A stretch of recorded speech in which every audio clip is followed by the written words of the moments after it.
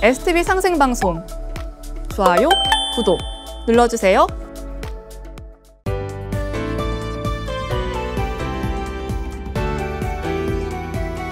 안녕하세요. 톡톡 증산도 시즌3 진행을 맡은 임희향입니다. 최재학 수호사님과 하민석 수호사님 자리에 모셨습니다. 안녕하세요. 네, 안녕하세요.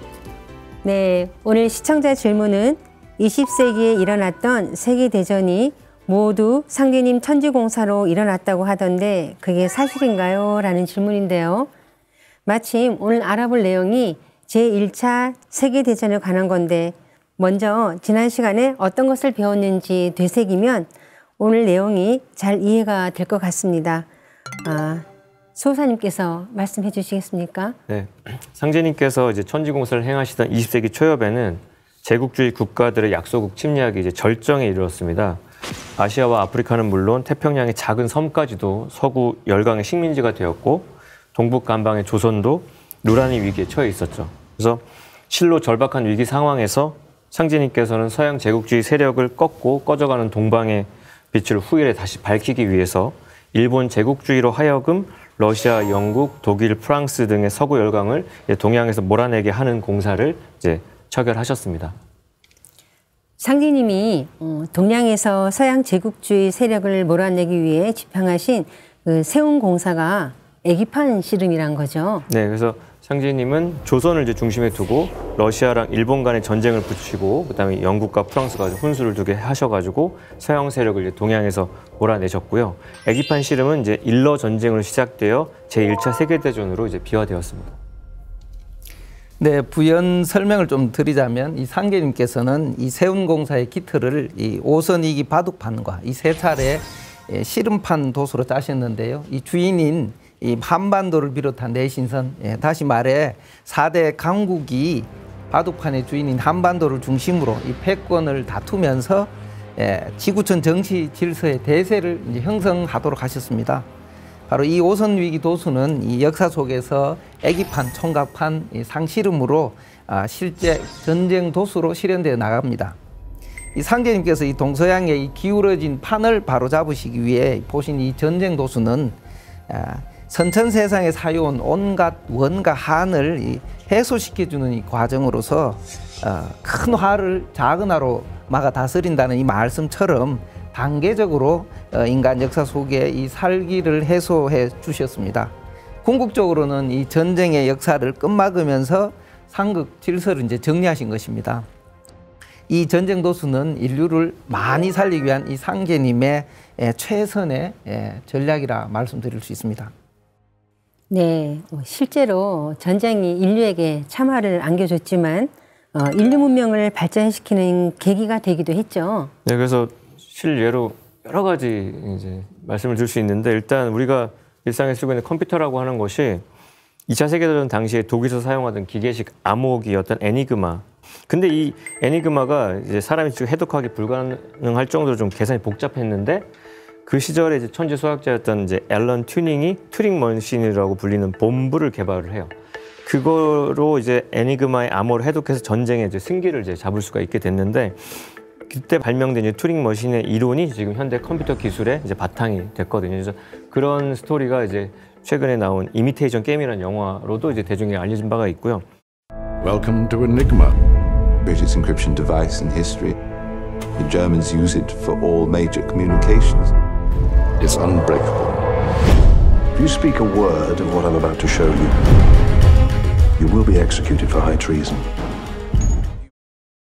그다음에 우리 또 휴대폰 다 쓰고 계신데 그런 어떤 무선 통신 기술이라는 것도 당대 최고의 미녀 배우였으면서 발명가였던 해리 라마라는 분이 이제 2차 세계대전 때 이제 피란민이 탑승한 그 영국 여객선이 독일의 유보트에 이렇게 어뢰를 맞고 침몰했던 소식을 듣고 너무 가슴이 아픈 나머지 어떻게 그 연합군을 도울까 하다가 그 라마의 친구였던 작곡가와 함께 그 피아노 공명 원리를 착안해서 주파수 호핑 기술을 이제 개발을 해요.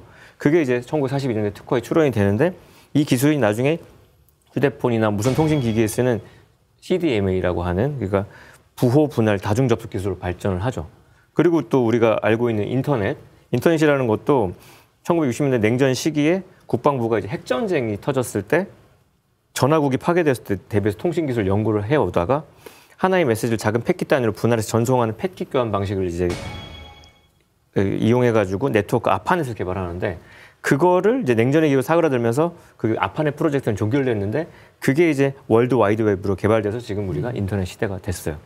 그리고 우리 운전할 때 필수적인 GPS라는 것도 국방성에서 군사용으로 개발했던 GPS가 이렇게 또 이렇게 확산이 된 거죠.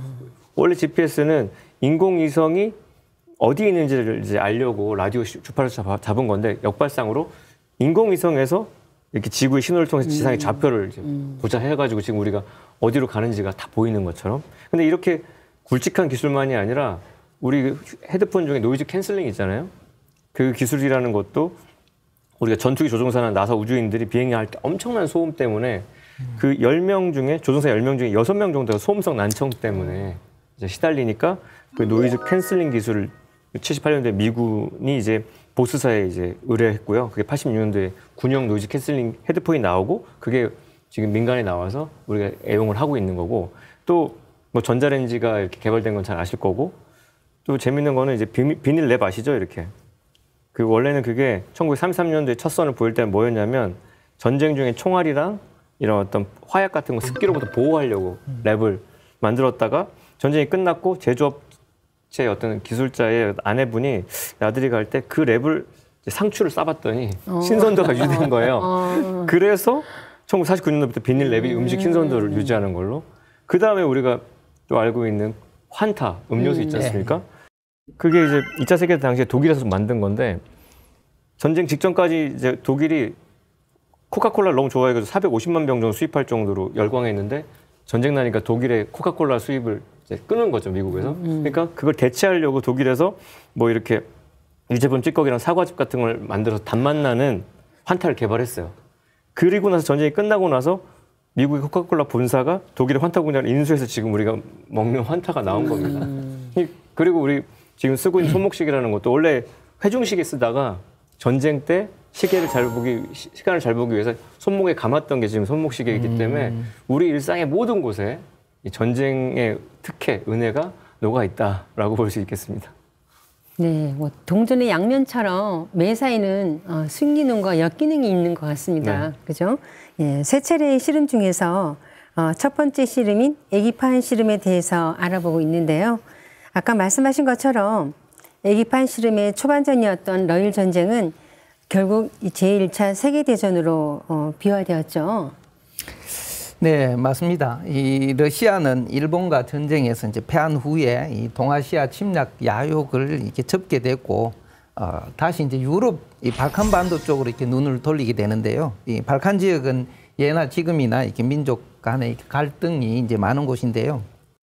그 당시 남슬라브계 이렇게 여러 민족이 발칸 전쟁을 통해 이제 투르크 지배에서 이제 해방이 되자 세르비아 왕국을 중심으로 한 이 남슬라브 통일 국가를 건설을 하려고 했는데 그 당시 러시아는 이제 그들을 지원하는 반면에 오스트리아, 헝가리 제국은 이제 자신의 세력권으로 편입하고자 하면서 러시아를 중심으로 한 이 범슬라브주의와 또 오스트리아를 중심으로 한 범게르만주의가 이제 충격이 일어나게 되는데요. 이 발칸 반도에서 이제 서서히 죽음의 그림자가 이제 들어지게 되는 것입니다. 이 1906년부터 1914년까지 이렇게 유럽에서는 이 삼국 협상을 하고 있던 영국, 프랑스, 러시아와 그다음에 삼국 동맹을 맺고 있던 독일, 오스트리아, 이탈리아가 이 두 제국 간의 집단이 이제 충돌로 긴장이 아주 이제 고조화돼 가고 있는 상황이었습니다. 그래서 이제 유럽은 언제 터질지 모르는 긴장 속에서 이제 화약고라고 불리는 이 발칸 반도에 이 복잡하게 얽힌 이 민족 간의 문제들이 불거지면서 전쟁의 소용돌이로 이제 들어가게 되는 것입니다. 그래서 이제 마침내 이 1914년 6월 28일에 이제 오스트리아령 이 보스니아에 방문한 오스트리아 황태자 부부가 수도 우리 사라예보에서 암살당하는 사건이 발생하게 되는데요. 이 보스니아는 이 1908년에 오스트리아에서 이제 합병되었지만 반 오스트리아 테러 조직인 이 흑수단 소속의 이제 한 청년에 의해서 이제 저격을 당한 것입니다. 이 사건은 바로 이제 누구도 이제 원하지 않고, 이 전쟁은 누구도 원하지 않죠. 그러나 또 예상치 못했던 제1차 세계대전의 재앙의 도화선이 되었습니다. 바로 1차, 2차 이 발칸 전쟁을 통해서 이 지역에 이 슬라브주의의 맹주로는 이 세르비아 정부가 여기 암살 계획에 이제 관여했다는 것이 이제 밝혀지게 되면서 이 붕괴한 이 오스트리아가 이제 정확히 한 달 뒤에 세르비아에 선전포고를 함으로써 5년간 이 34개국이 참여한 첫 세계 전쟁이 이제 시작되었고, 일본도 뒤늦게 이제 독일에게 이제 선전포고를 하면서 연합국 대열에 이제 합류하게 되었습니다. 그렇다면 제1차 세계대전 발발이 누구도 원하지 않았고 전혀 예상하지 못했던 결과라면 우발적으로 벌어졌다는 건가요? 네, 그렇습니다. 이 1914년 6월에 이 오스트리아 황태자 부부가 이제 이 보스니아 수도 이 사라예보를 방문했을 때 이 세르비아 청년 이 프린치프라는 이 청년에 의해서 총탄에 의해서 피살되는 사건이 바로 도화선이 되어서 이제 세계 1차 세계대전이 발발하게 된 것입니다. 그런데 이 과정에서 보면 몇 가지 이 수수께끼 같은 사건이 있는데요. 당시 이제 세르비아 이제 민족주의 결사 단체인 약간 검은손 이 단체에서 페르디난트 이 황태자를 암살하기 위해서 7명의 이 암살단을 대기시켰는데 황태자가 탄 마차 뒤에 차량 뒤에서 폭발해서 실제적인 암살은 실패하고 그 수행원만 이제 몇몇 다치는 수준에 머물렀습니다. 그런데 이제 이 행사가 마치고 난 다음에 이 황태자가 이제 그때 부상당한 수행원들 방문하기 위해서 이제 일정을 조정하게 되는데요. 근데 무슨 이유인지 모르겠지만 그게 운전기사가 일정이 변경되었다는 걸 이제 몰랐던 거죠. 그래서 원래 예정된 그 곳으로 운전을 해서 가다가 이제 뒤에 이제 그걸 알게 된 거죠. 그래서 다시 돌아가려고 차를 멈췄는데 신기하게도 그 자리에 이제 암살범들이 있던 장소에 가서 서 있었던 거죠. 그래서 이 청년이 그냥 서 있는 차에게 총격을 겨누어서 이제 암살하게 되는 사건이 벌어졌다는 것을 지금 기록에 남기고 있습니다. 잘못 들어간 곳에 암살 단원이 있었고 또 정확히 총을 맞추라고 자동차가 멈추기까지 했다니 좀 황당하기까지 한데요. 그러니까 그래서 그 암살범이었던 프란치프가 이제 황태자를 저격할 때 심정을 들어보면 더 좀 오묘합니다. 왜냐하면 그가 말하기를 쏴야 할 것인가, 쏘지 말아야 할 것인가. 하지만 어떤 이상한 감정이 나를 황태자에게 다가서게, 심지어 내가 서 있던 보도에서 내려서게 만들었다, 이렇게 얘기하고, 그것은 별로 어려운 일이 아니었습니다. 내가 총을 쏜 사람이 누구인지도, 심지어 내가 누구에게 총을 쏘았는지 쏘지 않았는지도 알지 못했습니다. 그러니까 정신이 혼미한 상태에서 그 동작을 하게 된 거죠. 마치 취객들 제가 많이 만나는데 온갖 사고를 치지만 장적 자기는 무슨 일을 저질렀는지 모르는 것처럼 뭐 홀린 듯이 말 그대로 그렇게 됐고, 또 그래서 1차 세계대전 내내 영국을 이끈 로이드 조지 수상의 증언도 같은 맥락에서 좀 흥미를 끄는데요. 그가 말하기를 각국에서 발표된 그 회고록이나 이제 저서를 읽어볼수록 정치의 요직에 있던 사람들 가운데 누구 한 사람도 전쟁을 의도하고 있지 않았다는 것을 깨달을 것이다. 그러니까 그들은 전쟁의 늪에 미끄러져 떨어진 것이다. 아니, 전쟁의 돌부리에 치여서 비틀거린 거라고 이렇게 기술을 하고 있어요. 그러니까 당시 각국의 정치 지도자분들 가운데에서 그 누구도 전쟁을 의도하지 않았는데 자신도 모르게 전쟁으로 이렇게 휩쓸려 들어갔다는 말이고요. 그러니까 많은 역사학자들이 1차 세계대전에 대해서 말하는 게 일반인 상식으로는 납득이 가지 않는 미스터리와 해프닝의 연속 끝에 발발한 기묘한 전쟁이었다라고 지적하고 있습니다. 전 인류를 참화에 빠뜨린 제1차 세계대전이 이렇게 우연히 겹친 사건이라는 게 믿기지 않는데요. 그런데 우연히 겹치면 필연이라고 하죠. 예, 이제 과연 이렇게 무엇이 이제 프란치프로 하여금 이제 오스트리아 황태자 부부에게 이 방아쇠를 당기게 했고, 또 각국의 정치 지도자들이 이 전쟁 늪속으로 빠져들게 하였는가? 여기에 대한 해답은 바로 이제 1903년 3월에 보신 이 상계님 천지공사를 통해서 알 수가 있겠습니다. 네, 계면년 3월에 이 상계님께서 조선신명을 서양으로 보내어 천지 전쟁을 붙이는 일꾼으로 쓰느라 하시고, 4월에는 이제 동양에서 서양 세력을 몰아내고 누란의 위기에 처한 약소국을 건지려면 서양 열강사의 싸움을 일으켜야 하리라. 관운장이 조선에 와서 극진히 공대를 받았으나 그 보답으로 당연히 공사의 진력 협조함이 오르리라 말씀하셨습니다. 바로 이것은 상제님께서 친히 관운장 신명을 부르시어 세계 대세에 위급함을 이제 말씀해 주시고 조선 신명들로 하여금 서양에 가서 대전쟁을 일으키라는 이제 천명을 내리셨다는 것입니다. 자, 바로 1차 세계 대전 배후에 이 같은 이제 신도 세계의 움직임이 있었던 것을 누가 알겠습니까? 앞 시간에도 말씀드렸듯이 인류 역사라는 것은 이 천지 입법을 바탕으로 신명이 함께 개입해서 이루어진다는 것입니다. 바로 신명계의 개입을 이제 고려하지 않고는 인류 역사의 진실을 이제 바르게 알 수 없다는 것입니다. 네, 지난 시간에 러일 전쟁에서 일본이 승리할 수 있었던 결정적인 이유는 쓰시마 해협을 통과하는 발틱 함대의 그 모습을 신도에서 아키야마 중장에게 영몽해 준 것 때문이라는 것을 알아보았죠. 네, 그래서 1914년 이제 8월에 이제 1차 세계대전 중에 가장 치열한 전투 중에 하나로 꼽는 게 이제 몽스 전투인데요.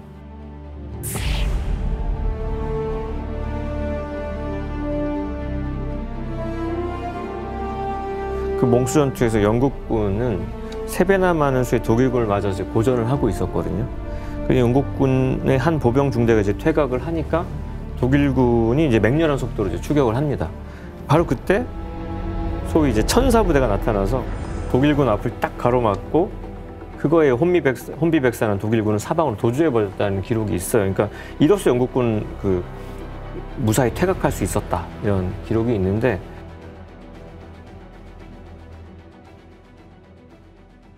이런 것들이 그 발틱 함대와 관련된 그런 신교 같은 것처럼 이 전쟁 이면에 보이지 않는 손길이 이 철가루 이면에 자석의 어떤 움직임을 이제 말해주는 것인데, 그러니까 이 대전쟁이라고 하는 것이 누구도 의도하지 않았는데 보이지 않는 그 상제님의 천명을 받든 신명들에 의해서 상제님의 천명을 받들어서 서양으로 건너간 관운장과 조선의 대신명들의 보이지 않는 역사로 벌어졌다는 것을 저희들만 얘기할 수 있는 거고 그게 이 핵심입니다.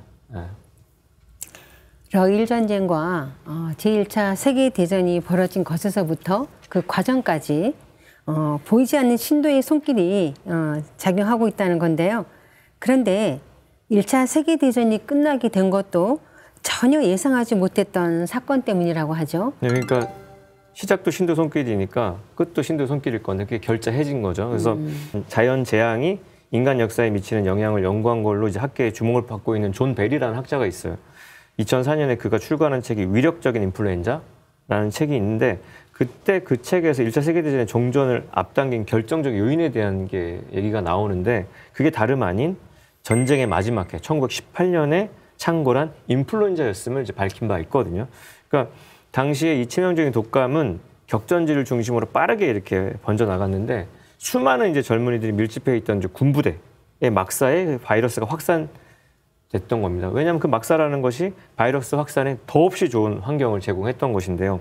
그래서 영국, 프랑스, 독일 뭐 이런 데를 휩쓴 독감이 이제 스페인을 초토화시키고 그리고 북아메리카랑 아시아까지 확산이 됩니다. 그리고 뭐 알래스카, 캐나다를 비롯한 북아메리카 대부분의 지역은 소위 죽음의 땅이 되어버리고 말거든요. 그러니까 위력이 대단했던 것인데 이른바 그걸 이제 1918년에 대재앙이다라고 하면서 그게 이제 스페인 독감이라고 이제 명명이 돼요. 비교적 스페인이 그 독감에 대한 정보를 공정하게 이렇게 알렸기 때문에 그래서 이 치명적인 독감은 전 세계적으로 수천만 명을 죽였다 혹은 1억 명까지도 이제 인명을 앗아갔다라고 추정을 하고 있는데 그 1차 세계대전에서 800만 명이 죽었습니다. 그리고 2차 세계대전에서 1,500만 명의 군인이 사망했다라고 할 때 전쟁으로 죽은 사람 수보다 이 질병으로 인한 사망자가 많다는 것은 이 독감의 위력이 얼마나 컸는지를 말해주는데, 그러니까 두 차례의 세계대전에 쏟아부은 폭탄을 모두 합한 것보다 혹은 심지어 핵포탄보다도 강력한 게 이 인플루엔자였다라고 얘기하고 있는데 당시 상황을 보면은 1918년 10월까지만 해도 미국의 그 윌슨 대통령은요, 독일을 이제 초토화시키기 전에는 전쟁을 안 끝내겠다고 강경한 입장을 표명했었는데, 독감이 막 미군 기지를 휩쓸고 막 모든 게 좀 무력화되니까 그 뜻을 이제 굽힐 수밖에 없었던 거죠. 그래서 그리고 또 재밌는 건 인플루엔자는 우리 요즘에도 이제 매년 이제 환절기 되면 인플루엔자 접종을 하는데 주된 대상자가 노약자들, 노인과 어린이들이란 말이에요. 그 인플루엔자 바이러스는 노인과 어린이들한테 치명적인데 반해서 이때 이 인플루엔자 스페인 독감은 유독 쌩쌩한 건장한 젊은 군인들을 쫓아다니면서 생명 앗아갔으니까 이게 요물인 거예요. 이게 그냥 단순한 바이러스로만 볼 수 없다는 거죠. 그래서 그리고 더 기이한 거는 그로 인해서 평화 조약이 체결됐던 게 11월 11일입니다. 우리가 빼빼로 데이라고 알고 있는 그 11월 11일이 서양에서는 종전 기념일인 건데 그 11월 11일을 기점으로 인플루엔자가 딱 사라진 거죠. 병이 어떻게 인간이 그렇게 조약을 체결했다고 사라질 수 있느냐. 그 이면의 신명의 손길에 대해서 자각하지 않을 수 없는 대목이다. 이렇게 말씀드릴 수 있겠어요. 네, 상기님께서는 군사병자의 병난과 질병병자의 병난이 함께 오는 이라라고 하셨는데요. 그 말씀 그대로 전쟁과 질병이 동시에 발생하는 거군요. 네, 그렇습니다. 이 스페인 독감은 아까 말씀하셨던 것처럼 이 14세기 중엽에 패스트가 유럽을 휩쓸었을 때보다 더 많은 사망자가 이제 발생해서 인류 최대 재앙으로 이제 알려져 있습니다. 독감이 처음 보고될 때는 이제 1918년 초여름 당시는 이제 프랑스 주둔하던 미군 이제 병영에서 독감 환자가 이제 발생했지만 특별한 증상이 없어가지고 주목을 못 끌었는데 그해 같은 해 이제 8월 첫 사망자가 나면서 이제 급속하게 이제 번지면서 이제 치명적인 이 독감으로 이제 발전하게 됩니다. 그리고 이제 아까 알래스카 말씀하셨던 것처럼 이 2005년 미국의 한 연구팀이 이제 알래스카에서 묻혀있던 한 여성의 이제 폐 조직에서 스파인 이 독감 바이러스를 이제 분리해서 그걸 재생하는 데 성공을 했는데요. 재생 결과 이 참 신기하게도 우리 2000년대 기억하시겠습니다만 아시아 전체에 빠르게 번진 이 조류독감 바이러스와 이제 거의 일치하다는 것이 확인되었습니다. 최근에 전 세계를 혼란에 빠뜨린 코로나 바이러스도 박쥐에서 유래했다고 하죠. 상대님께서 내려주신 시천조조와 태울주 수행으로 질병 대란을 극복해야 되겠습니다. 2019년에 이제 코로나 바이러스가 이제 발병하면서 참 인류의 가장 큰 관심사는 이제 건강이 아닐까 이렇게 생각되어집니다. 지금 뭐 세상에서는 100세 시대 또 120시대 뭐 세대가 왔다고 이제 얘기를 하지만 실제 이제 제대로 된 이 건강법이 나오지 않아서 사실은 이제 질병이 더 만연한 이 질병 대란의 시대를 살고 있다고 해도 과언이 아닙니다. 그래서 지금 이제 생존이 어떤 삶의 지금 화두가 되어 있는 지금 바로 이제 정산도에서는 이제 상계님의 이제 천지공사에 의해서 무병장수, 이제 후천, 조화신선, 도통 수행법을 이제 전수하고 있습니다. 이 빛꽃 수행은 바로 25,000년 전에 마구 할머니로부터 비전된 빛꽃으로 인간을 빛의 몸으로 만들어 모든 병과 어둠을 치유하는 동방의 전통의 이제 신선 수행법입니다. 우주 가을 개백기를 맞아 빛의 문명으로 이제 전환하는 인류에게 선사하는 깨달음의 이제 결정체라고 할 수 있고요. 선정한 빛과 수행은 제3의 르네상스이자 또 앞으로 이제 영성혁명을 주도하는 제5차 산업혁명이라고 말씀드릴 수가 있겠습니다. 그래서 제가 그 선정한 빛꽃 수행의 그 의학적 가치를 좀 이렇게 묵상을 해보면은 요즘 이제 의학이라는 것이 고도화되고 전문화되고 첨단으로 가는데 그래서 의학자들도 우리 의학이 어디까지 갈 것이냐 미래 의학의 어떤 그런 청사진을 그려보는데 그 미래 의학을 사피 의학이라고 뭐 4가지 P로 압축된다. 그래서 첫 번째는 이제 프리딕션이에요. 예측. 미리 예측해서 두 번째는 프리벤션이에요. 예방하는 거예요. 그리고 세 번째는 퍼스널라이제이션. 각각 개인이 다 다르기 때문에 개인의 유전자 맞춤형으로 우리가 그냥 감기면 무조건 이 사람한테 감기약이 아니고 이 사람한테 딱 맞는 그 약을 딱 주는 거. 그 다음에 마지막이 뭐냐면 의료라는 것이 의사들이 제공하는 거고 그 환자들은 그냥 무턱대고 받는 게 아니고 파티스페이션 환자가 아픈 사람이 직접 참여하는 거. 자기가 자기 병을 스스로 치유하는 그게 현대 첨단 의학에서 말하는 사피거든요. 근데 지금 선정한 빛꽃 수행이라는 것이 미리 예측해서 예방하는 거고 각각의 몸에 맞게 그 빛꽃이 스며들어서 자기의 적극적인 참여로 치유하는 거기 때문에 지금 상생방송을 통해서 매일같이 생방송이 나가고 있고 저 이제 선포럼이라고 하는 그런 모임에 제가 세전 충청지역 회장이어서 얼마 전에도 이렇게 크게 이렇게 행사도 했는데 그때 제가 체험한 것도 그렇고 그러니까 저도 이제 워낙 고질적으로 어지럼증이 있었거든요. 이게 병원에서 사진 찍으면 안 나와요. 근데 너무 힘든 거예요. 막 움직일 때마다 어지러우니까. 제가 제 병을 고치질 못해서 이거 누구한테 묻지도 못하고 검사해보면 깨끗하다고 나오니까. 근데 꽃을 심고 하니까 말끔하게 이렇게 좋아지는 게 있었고 또 제가 또 어릴 때부터 아토피 피부염 같은 거 그래서 무리하면은 이렇게 피부가 간지럽고 막 벗겨지고 그런 게 있었거든요. 근데 그래서 이 빛꽃 수행을 딱 하는데 우리가 잘 아시겠지만 이렇게 피부나 이런 살을 치유하는 살살이 요정님이 있지 않습니까? 근데 딱 수행하는데 이런 피부가 이런 벽이 벗겨진 벽돌 모양으로 보이고 그리고 살살이 요정님이 하얀색 페인트 칠을 이렇게 그래요? 페인트 칠 이렇게 하는 거예요. 그러니까 수행 중에 이렇게 보이는 거죠. 보이고 또 잘 아시겠지만 눈 밑에 이렇게 다크서클도 워낙 저는 내추럴 본으로 있는데 무리해서 이렇게 촬영 올 때도 뭐 밤새서 일하고 올 때도 이렇게 눈 밑에 다크서클이 있어요. 근데 또 여기도 이제 살살이 요정님이 그 빨대로 있잖아요. 쫙 뽑아주는 거 있죠. 이렇게 빨대로 이렇게. 그러니까 그거는 저는 그냥 시천주 태울주 수행을 하는데 그 요정님들의 활동이 눈앞에 이렇게 보여지는 저도 제 눈이 그런 걸 볼 수 있는 눈이 될 줄 몰랐어요. 근데 또 이제 톡톡 증산도를 애청하던 호주의 시청자가 있습니다. 케빈이라고 하는.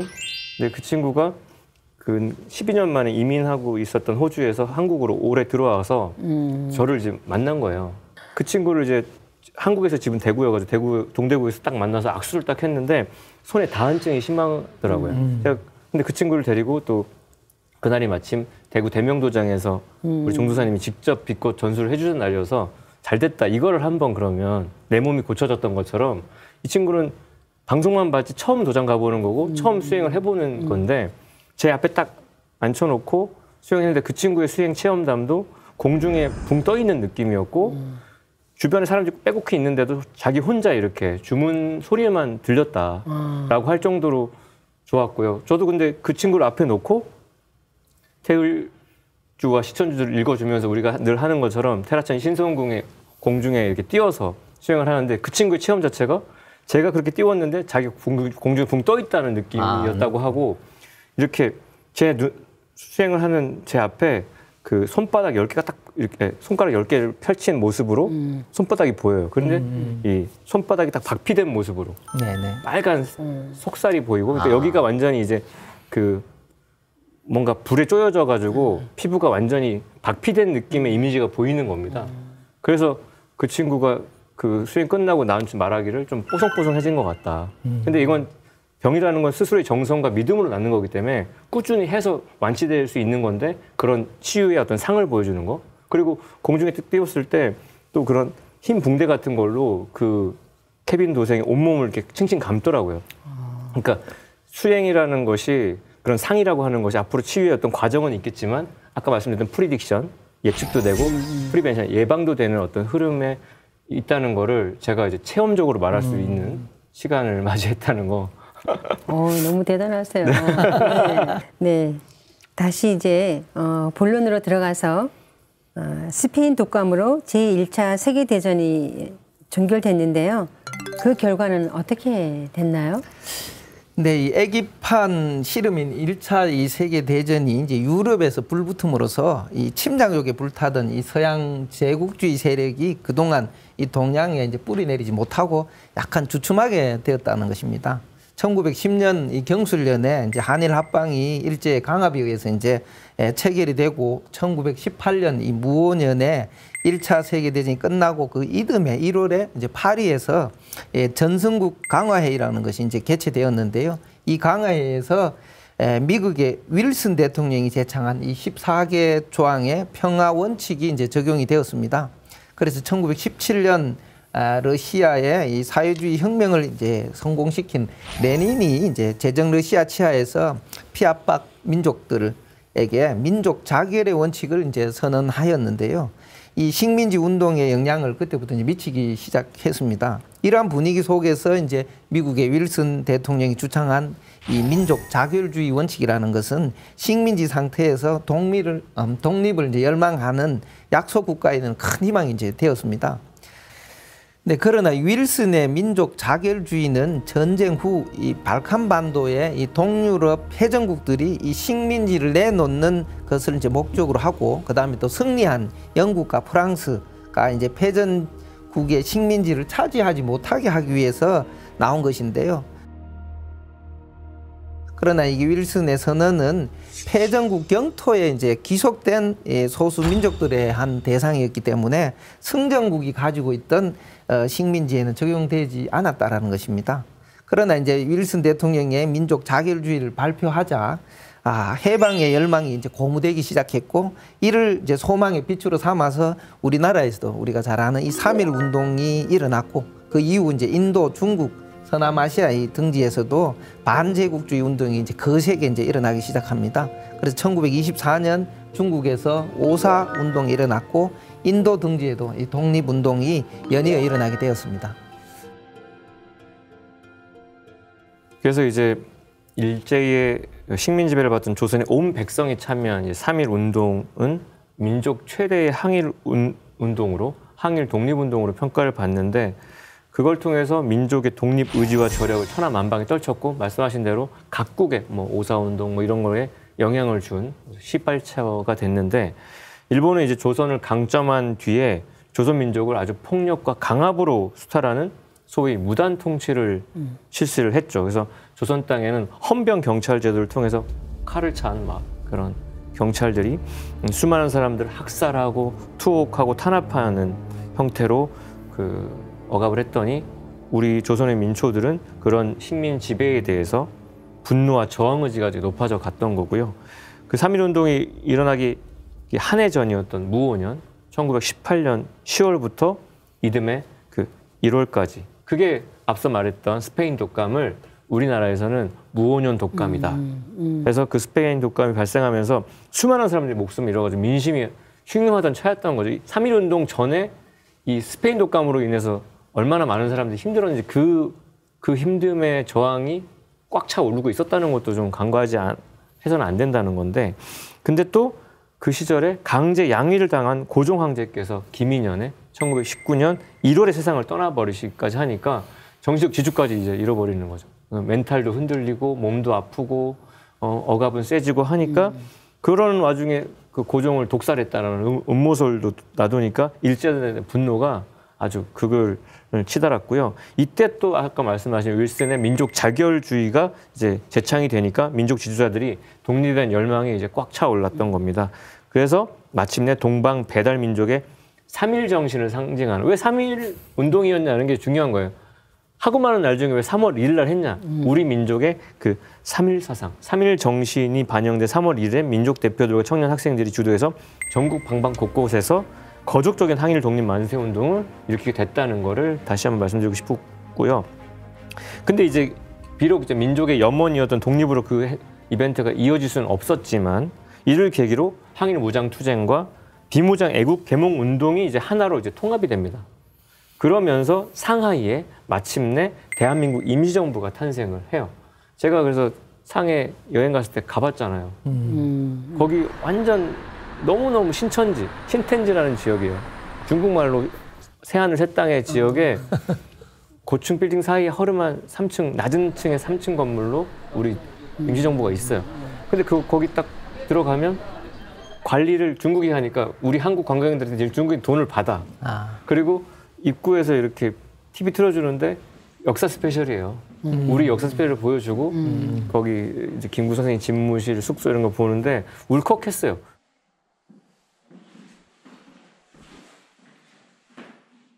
어쨌든 임시정부는 그 수립한 이후에도 이승만 대통령이었죠. 이승만은 그 당시에 외교 독립론을 주창하고 안창호 선생님은 독립준비론을 주창하고 뭐 이동희는 무장투쟁론으로 각자의 그 독립운동 노선이 달라가지고 격렬한 노선 갈등을 빚기도 했죠.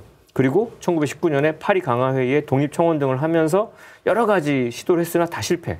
그리고 1920년대 초에는 만주 지역에서 독립군 무장 항쟁도 활발히 했고 그때 우리가 잘 아는 홍범도 장군께서 압록강 넘나들면서 수십 차례 대규모 이제 진공 작전도 감행을 하셨고 우리가 잘 아는 1920년 6월 7일에는 봉오동 전투에서 대승을 거두시기도 했고요. 또 홍범도 장군하고 김전일 장군의 독립군 연합부대가 1920년 10월 21일부터 26일까지 청산리 대첩을 통해서 항일 무장 독립운동사의 가장 빛나는 전과도 이제 오르게 되는데 근데 또 오랜 유랑 생활을 하면서 명맥을 유지해왔던 임시정부 제가 아까 다큐에서 봤다는 계속 쫓겨가지고 해방 직전에는 저기 저 중국 저 안쪽에서 이제 해방을 맞이하고 귀국을 하게 되는데 근데 그렇게 천대받던 임시정부가 이제 인정받았던 계기는 무엇인가? 그것은 1932년 윤봉길 의사께서 4월 9일 날 상하이 홍코 공원에서 일왕 생일에 소위 천장절 축하 행사에서 그 의거를 하죠. 그때 그 윤봉길 의사가 폭탄을 투척해서 일본의 상하이 파견군 총사령관 시라카와 요시노리 등을 이제 폭사시켰어요. 이를 계기로 중국 국민당 정부의 지원을 전폭적으로 받으면서 한국과 중국이 공동 대일 항쟁에 물꼬를 틉니다. 그러면서 대한민국 임시정부가 대한광복군을 창설을 1940년대에 하고 항일 독립운동의 중추 기관으로서의 역할을 수행을 하죠. 이게 지금 학교에서 잘 가르쳐야 되는 독립운동사의 노른자다 말씀드리고 싶습니다. 네, 말씀하신 대로 1932년에 윤봉길 의사가 상해 홍코 공원에서 폭탄을 투척했을 때 중국 국민당 이제 정부의 지도자인 장기석이 4억 중국인이 해내지 못한 일을 한국인 한 사람이 해냈다 이렇게 격찬하기도 했죠. 상제님께서 이제 천하사 일꾼에게 이제 신법을 전수하실 때 한 사람이 이제 100만 당적을 해야 하느니라는 이런 말씀 있잖아요. 근데 4억을 당적한 거니까 야 얼마나 큰 일을 해냈는 건가 이렇게 다시 한번 생각을 저도 하게 되었습니다. 그 예전에 그 서울 국회에서 이제 특별 전시회 윤봉길 의사 항일 기념 전시회를 하는데 제가 이제 그때 참석했던 적이 있는데요. 거기서 이제 여러 일화들도 우리가 이제 배울 만한 교훈이 되는 일화들도 많고 훌륭한 글과 말들이 있는데 그 중에 저한테 이렇게 다가오는 또 특히 감동을 준 글귀가 그 거사를 일으키기 며칠 전에 이제 어린 강보 그리고 보자기에 사 있는 어린 아들이 아직 걷지도 못하는 그런 아이에게 이제 편지 유서를 남기잖아요. 그 구절이 너희도 만일 피가 있고 뼈가 있다면 반드시 조선을 위해 용감한 투사가 되어라. 그걸 읽는데 제가 이렇게 마음이 울컥하여지더라고요. 강보에 쌓인 두 병정에게 너희도 만일 피가 있고 뼈가 있다면 반드시 조선을 위하여 용감한 투사가 되어라. 태극의 깃발을 높이 드날리고 나의 빈 무덤 앞에 찾아와 한 잔 술을 부어 놓으라.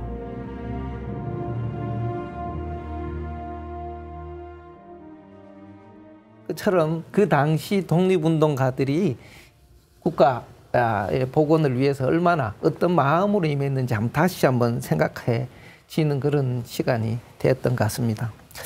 자, 1차 세계대전의 이 결과에 대해서 이제 다시 이어서 조금 말씀을 드리면 유럽과 중동의 일부 제국이 이제 몰락하고 이제 많은 약소국들이 이제 독립함으로써 제1차 세계대전은 이제 동서양의 균형을 좀 이루는 작용을 하였다는 것이고요. 그 다음에 영국, 유럽 이 제국주의들이 전쟁을 통해 기세가 이제 한풀 꺾이면서 종전과 더불어 이제 오스만 투르크와 오스트리아 헝가리 제국이 이제 해체가 되었습니다. 러시아 제국은 이제 전쟁 중에 공산혁명으로 이제 무너지고 이 독일 제국은 비렐름 2세가 이제 퇴위하고 바이마르 이제 공화국으로 이제 바뀌게 된다는 것입니다. 반면에 인권과 민족주의를 세계에 뿌리 내린다. 이제 이런 자유 이념을 들고 온 미국은 이제 군사 강국으로 이제 발돋움하고 또 연합국의 일원으로 참여한 일본은 또 막대한 이제 이익을 챙기면서 신성 제국으로 이제 위상을 확고히 하는 시간이 되었습니다.